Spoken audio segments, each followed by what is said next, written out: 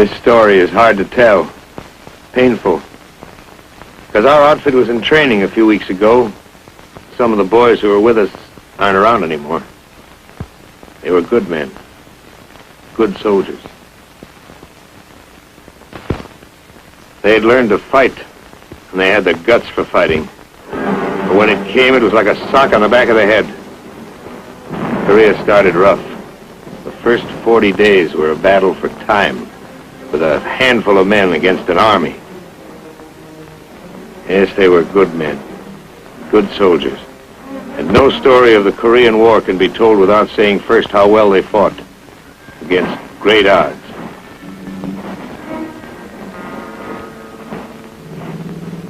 In the beginning, there were only a couple of companies from the 24th Division.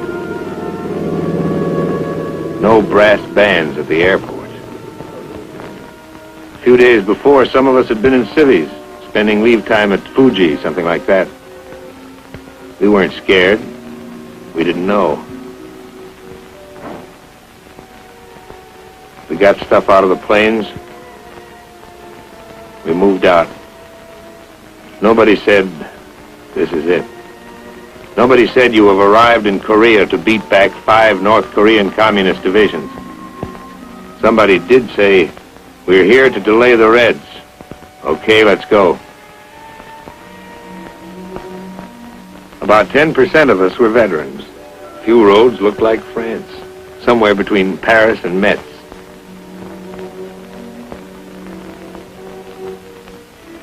Mostly the soldiers were young, no battle experience. They smiled a lot. They made the whole lot of us look like good-natured Yanks, glad to see a new town. Some of these boys enlisted to travel. But whoever sees travel posters about Korea, relax, come to the land of the morning calm.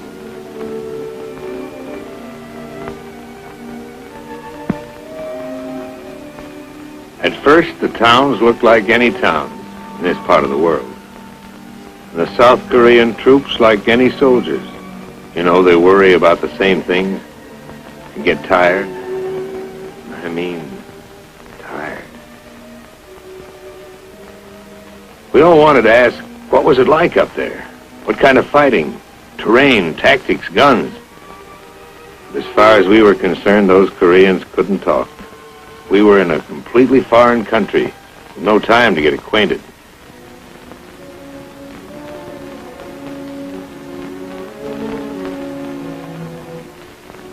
They emptied a town. Hardly a thing left.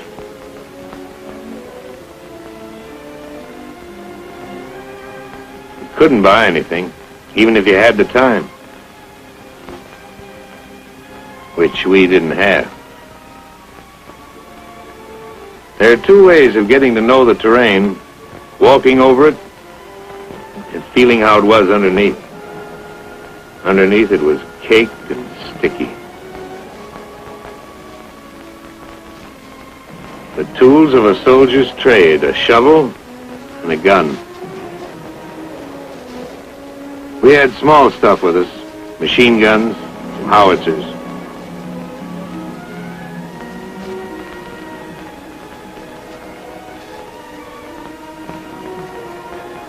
It was hard to believe. 1, 2, 3, we were smack in the middle of a war.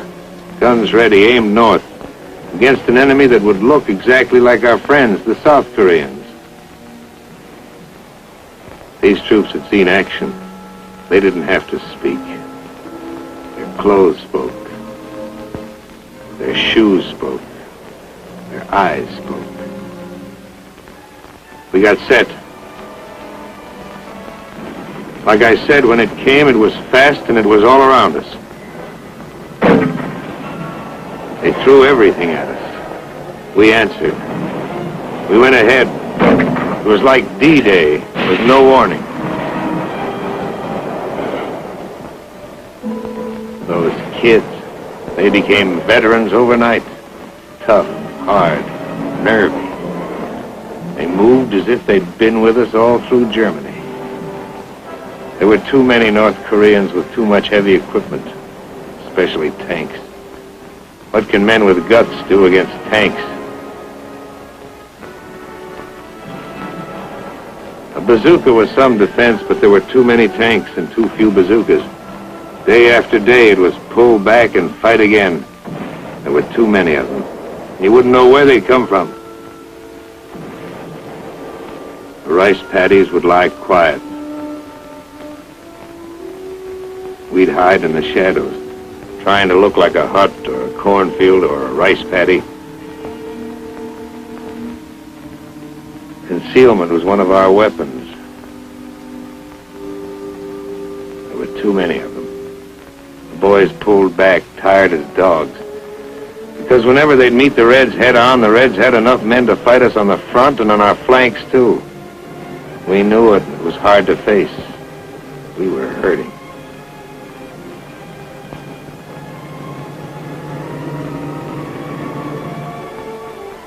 Kids would drag back so beat up they couldn't be expected to fight for at least several days. Instead of a week at a rest area, we grabbed an hour anywhere.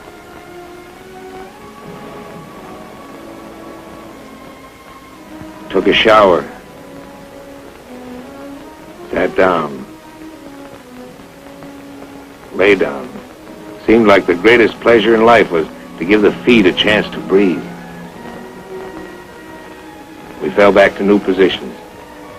If you looked around at some of the foxholes, you could see a deep respect for those red mortars. Very deep. We were short on men. South Koreans carried our ammo. But we didn't know what some of the others were carrying. Turned out that many of the silent refugees filing along the South Korean roads were North Korean communists in disguise. They'd sneak through our lines and fight us from behind. We caught some, but infiltration caused plenty of casualties. We were going to watch the refugees more carefully from now on. This was a big police job in Korea, the biggest. The attack was full-sized, had to be stopped. The United States Army, a small part of it, was here to help. There'd be men in other uniforms fighting with us soon. The whole world had seen this, knew what the score was. Up near the guns, the score was against the enemy. They were losing points, losing time.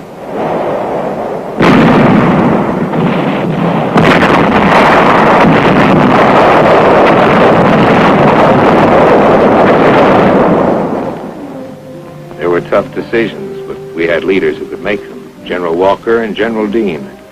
Yes, our outfits were winning. They were holding back the enemy until help could arrive. We didn't feel it yet, but reinforcements were on the way. It takes time to pour a defense program into a small country with almost nothing. Not all the stuff can get there overnight, even in an age when we're used to things traveling 400 or 500 miles an hour.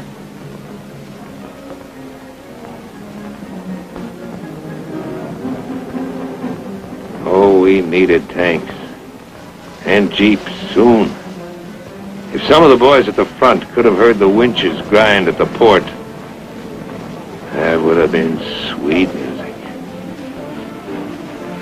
And if something, television maybe, could have shown us the soldiers who were going to fight with us soon, maybe it would have been easier. As it was, the outfits in the foxholes needed every half-track and howitzer and tank they could get, and more, and the men to go with them.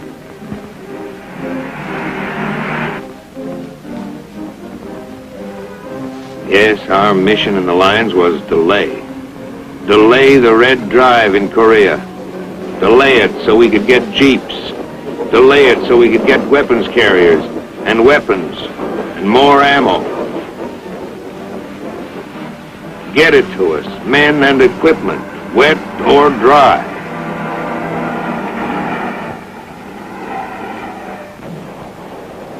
Because it was still rough going for us. And it would stay that way for months, maybe longer, until enough men would be in Korea to strike back. Yes, it was Operation Delay.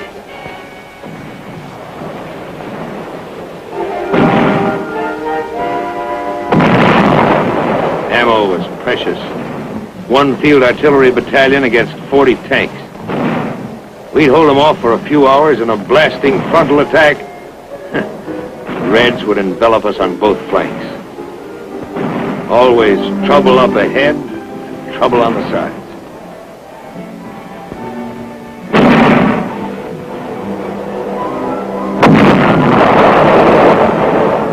We drew back south of the Kum River, burned our bridges behind us.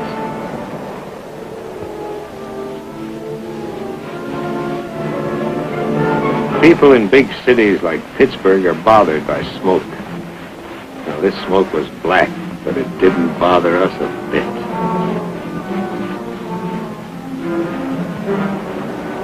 Yes, smoke can look good when it's where you want it. There were plenty of times when the smoke was too close.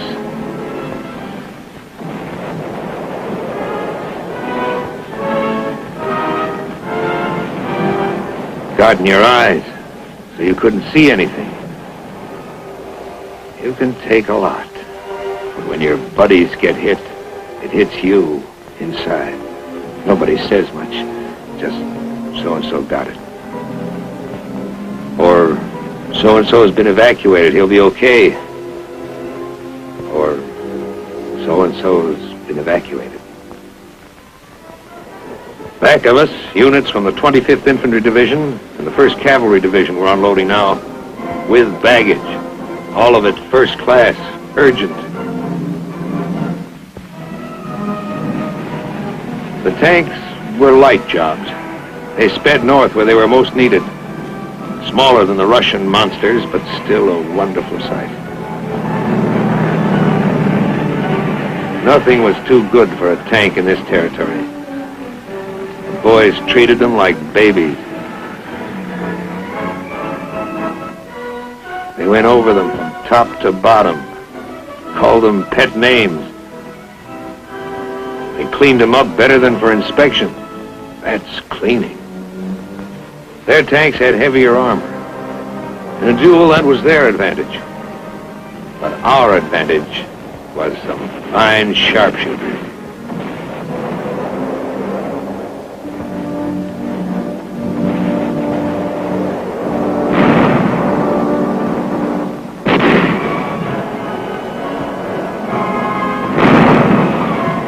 They had giants. We had giant killers.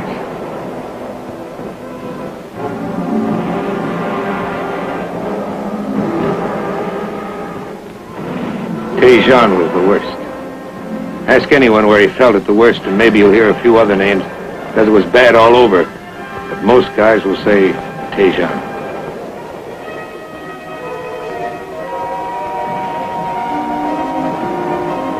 Some places we were just outnumbered, but in Tejan we were outnumbered, outgunned, out-tanked, and outflanked.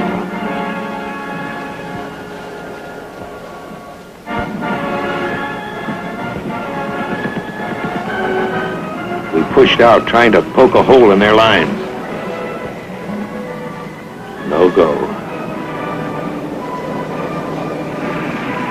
We tried another direction.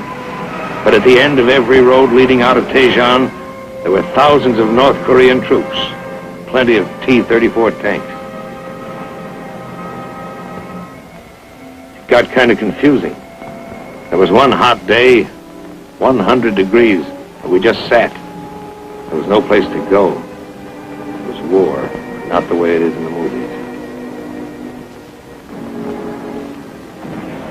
We were all tired, including General Dean.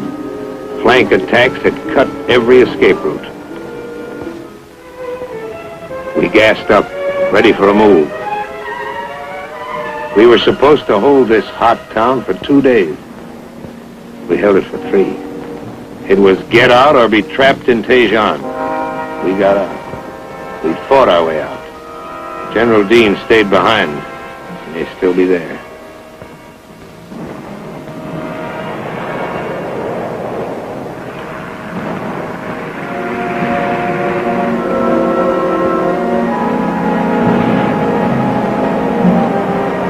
It was a bad road out of Tejan. Some guys didn't make it.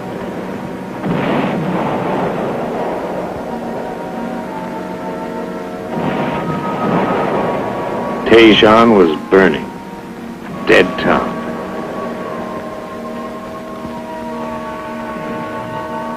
The men who got out were heroes.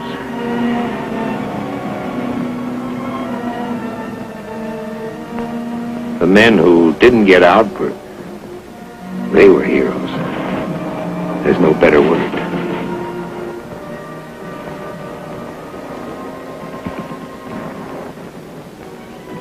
By this time, the new outfits were in the lines. Fresh, ready to shoot. Everything set just right. Nice to hear the steady crump of your own mortars. Even nicer to hear the howitzers slamming them out. Together, they're terrific.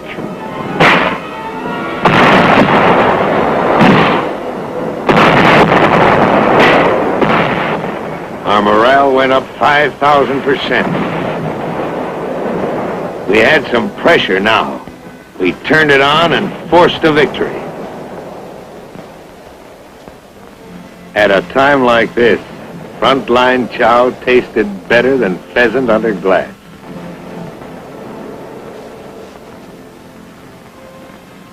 The rally was short. One outfit might do okay for a day, but on that same day, 5 other sections of the front line would be feeling the enemy's hard blows, the envelopments, the infiltrations. Some of our strongest attacks were by patrols, small groups battered by the enemy, beaten by the mountains, falling down tired.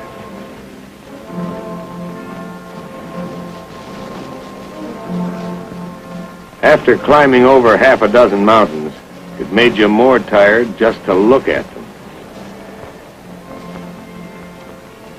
Felt like the bear who went over the mountain and saw another mountain. Getting anywhere in Korea was back-breaking work. You did it the Korean way, slowly. You were the bulldozer. No push-pull, click-click up here to throw a bridge across a stream in 4 or 5 hours. Every rock added up. Even the little ones. You worked 2-3 days to put an outfit on the other side of a stream.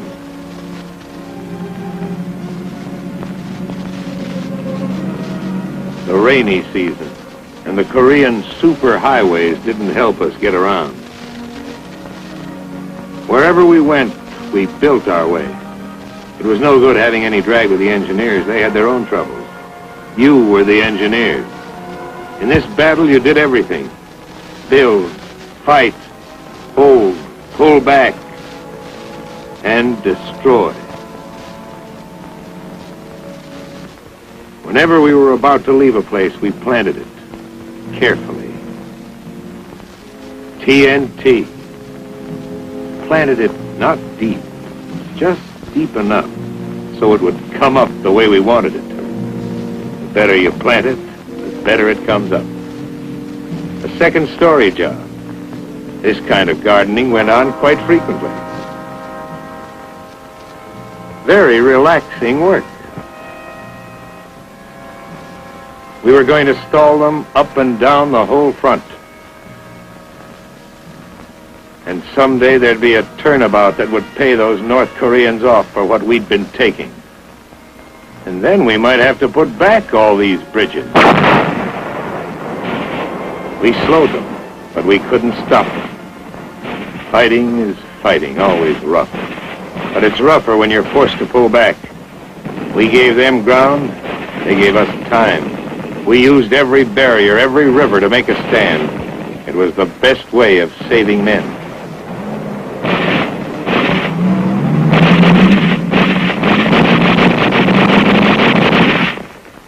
They beat us back to the Naktong. We got there early enough to make it across. The Naktong was a pretty useful river. No king ever had a moat around his castle so wide and protecting. It felt like a new division was in the line.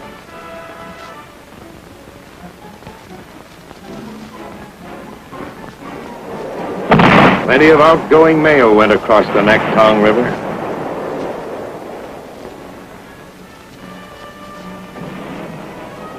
If you've seen combat, you know what it is to have a line, a place to fight from. Well, for the first time in this Korean business, we had something we could call a line.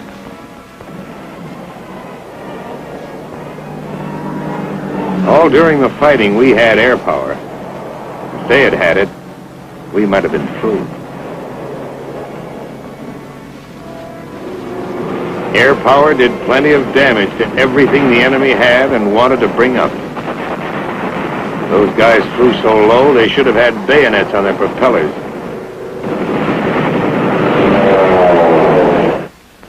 In a corner of Korea, a little bigger than a beachhead, we dug in, built a village of foxholes.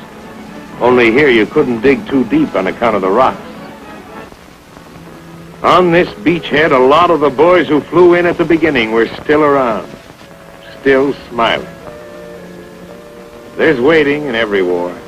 Time to find out where you were, how you were doing. We faced the enemy. We faced ourselves. Our enemies were fanatics. We were believers in one faith, that men can live together peacefully, thinking, feeling, worshiping, each in his own way.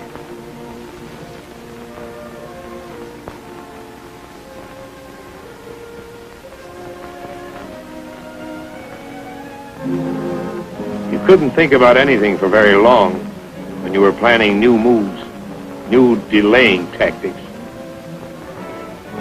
We pulled down the bridges. We wrecked the roads. The steep hills around us were rugged. We made them more rugged to the enemy. Beyond our foxholes, we unwound some vines of our own with thorns. And beyond the tight ring of our perimeter, the enemy closed in, pushing us hard, threatening the death blow that would throw us back into the sea. How long could we hold? How long? The battle hung in the balance. And then swung to us. A great force reached Korea in a new strategy that gave the North Korean army a battle from three sides at once.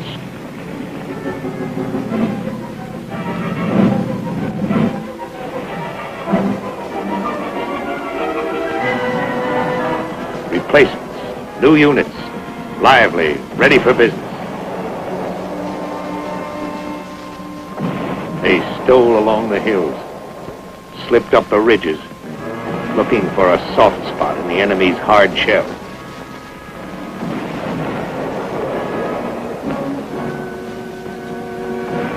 We gave it to them steady, all up and down the line, all at once. The air dusty, smoky. This was what we used to get when we first hit Korea. Victory never comes easily. You have to be in a fight to see how tough it is. See how in an attack, guys stumble back, needing others to look after them. Always plenty of trouble. It takes men and machines to knock out a strong enemy. And as you go forward, you can expect to lose some of those who start out with you. Yes, some went back, their feet heavy, their steps slow. Kids who became men, men whose hollow-faced look showed that they'd been in the line too long.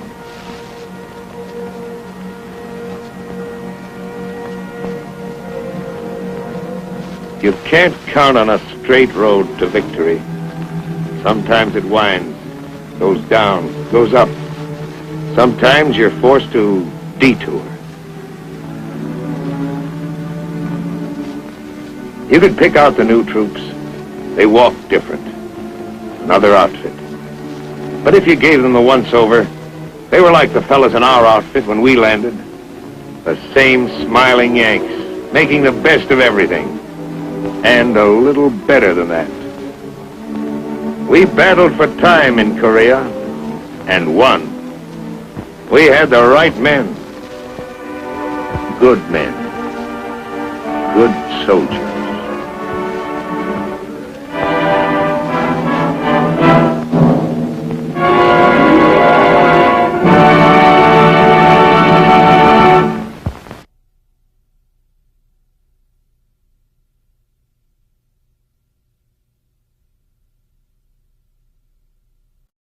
"40 days were a battle for time, with a handful of men against an army."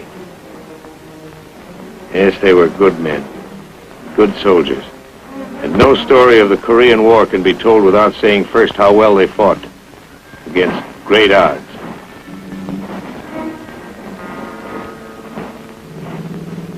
In the beginning, there were only a couple of companies from the 24th Division. No brass bands at the airport. A few days before, some of us had been in cities, spending leave time at Fuji, something like that. We weren't scared. We didn't know. We got stuff out of the planes, foreign country, no time to get acquainted.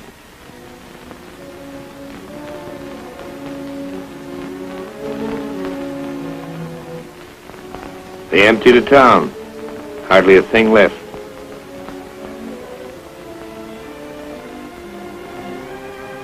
You couldn't buy anything, even if you had the time, which we didn't have. There are two ways of getting to know the terrain: walking over it and feeling how it was underneath. Underneath it was caked and sticky. The tools of a soldier. Some of these boys enlisted to travel. But whoever sees travel posters about Korea, relax, come to the land of the morning calm.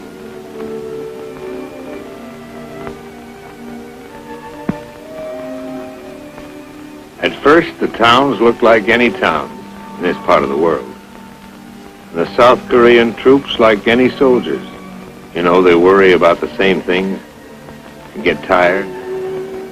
I mean, tired. We all wanted to ask, what was it like up there? What kind of fighting?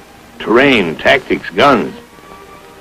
As far as we were concerned, those Koreans couldn't talk. We were in a completely...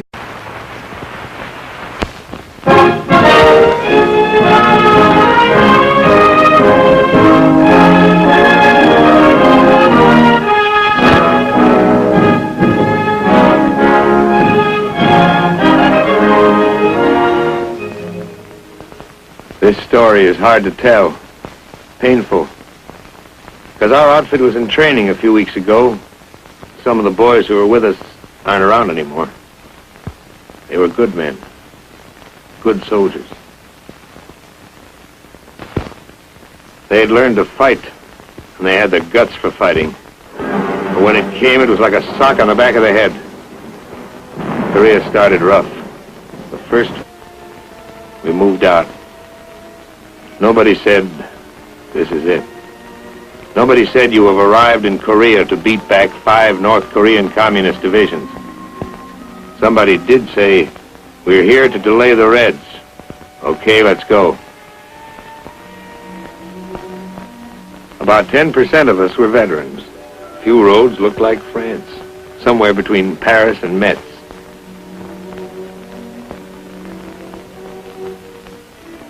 Mostly the soldiers were young, no battle experience. They smiled a lot. They made the whole lot of us look like good-natured Yanks, glad to see a new town.